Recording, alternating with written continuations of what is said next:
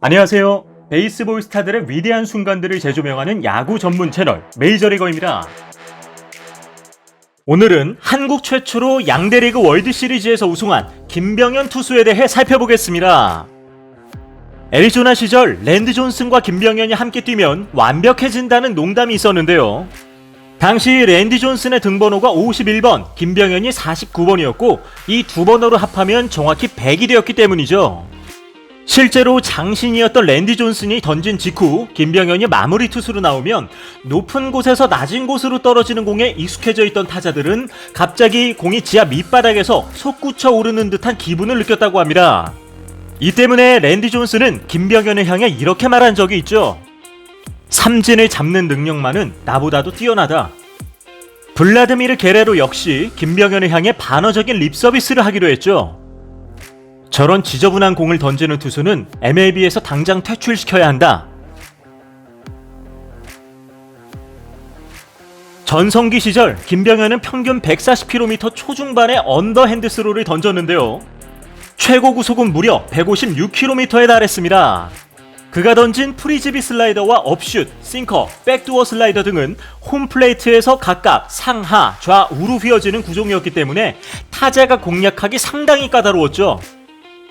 특히 프리즈비 슬라이더는 엄청난 각도로 휘어졌기 때문에 바깥쪽으로 빠지는 공임에도 타자 입장에서는 몸쪽으로 들어오는 공처럼 느껴졌습니다. 또한 김병현의 구위가 당대 메이저리그에서는 거의 찾아보기 힘든 언더핸드였기 때문에 메이저리그 시절 무지막지한 탈삼진율을 기록했죠. 이 때문에 그에게 붙어진 별명이 본 투 K, 즉 탈삼진을 잡기 위해 태어난 사람이었습니다. 게다가 김병현은 2002년 5월 12일 필라델피아와의 원정 경기에서 메이저리그 역사상 33번째로 1이닝 9구 삼진 3개의 기록을 세우는데요. 당시 메이저리그 해설진의 말을 잠시 들어보겠습니다. 와우, 굿모닝, 굿애프터눈, 굿나잇. 잘 가세요. 공이 그냥 진짜 더럽네요. 5번 던져서 5번 스트라이크네요. 하하하하. 진짜 웃음밖에 안 나오네요. 진짜로요. 키가 5피트 9인치면서 언더스로에서 94마일을 꽂습니다. 타자들도 저런 거 한 번도 못 봤을 겁니다. 그리고 삼진! 세 타자를 공 9개로 끝내버립니다. 지금 장난하나요? 김병현은 성균관대 재학 중이던 1999년 메이저리그의 애리조나 다이아몬드백스와 225만 달러에 계약했습니다. 당시 한국 아마추어 선수로서는 최고의 계약금을 받았죠. 박찬호 다음으로 한국 선수 중 MLB 승리가 가장 많은 김병현. 그는 항상 선발을 원했지만 구단에서는 개투 및 마무리를 위한 볼펜으로 사용했습니다. 2001년 만 22세의 나이로 메이저리그 월드시리즈 무대에 선 그는 100이닝이 넘는 혹사에도 불구하고 우승 반지를 챙겼습니다. 양키즈를 상대로 월드시리즈 7차전에서 승리한 직후 김병현은 마운드에서부터 좌중간 담장까지 공을 힘껏 던져서 여유있게 넘겨버렸는데요. 당시 그의 공이 약 330피트 정도의 거리를 비행한 것이 이슈가 되기도 했습니다.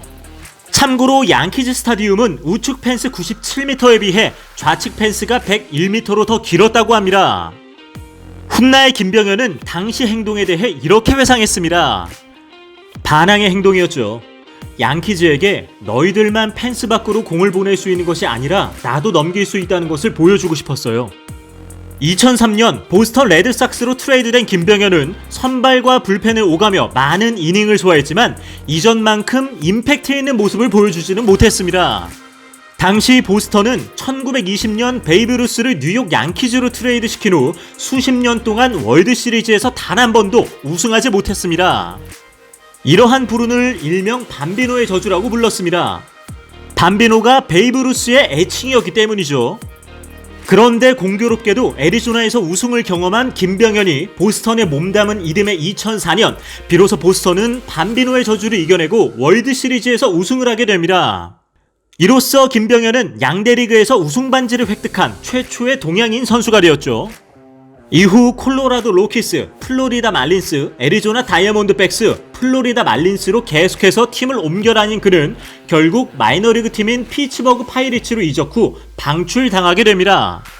야구에 대한 열정이 식지 않았던 그는 2010년 마이너리그 샌프란시스코와 계약했지만 얼마 지나지 않아 일본의 도호쿠 라쿠덴 골드 이글스에 입단합니다. 하지만 또 한 번 방출을 당하는 시련을 겪게 되죠. 2012년에는 고국으로 돌아와 넥센 히어로즈에서 활약했고 2014년에는 기아 타이거즈로 이적했지만 맹장 수술, 잔부상, 흐트러진 밸런스 등으로 부진한 모습을 보였습니다. 2017년 이후 그는 국내 무대에서 자취를 감추었죠.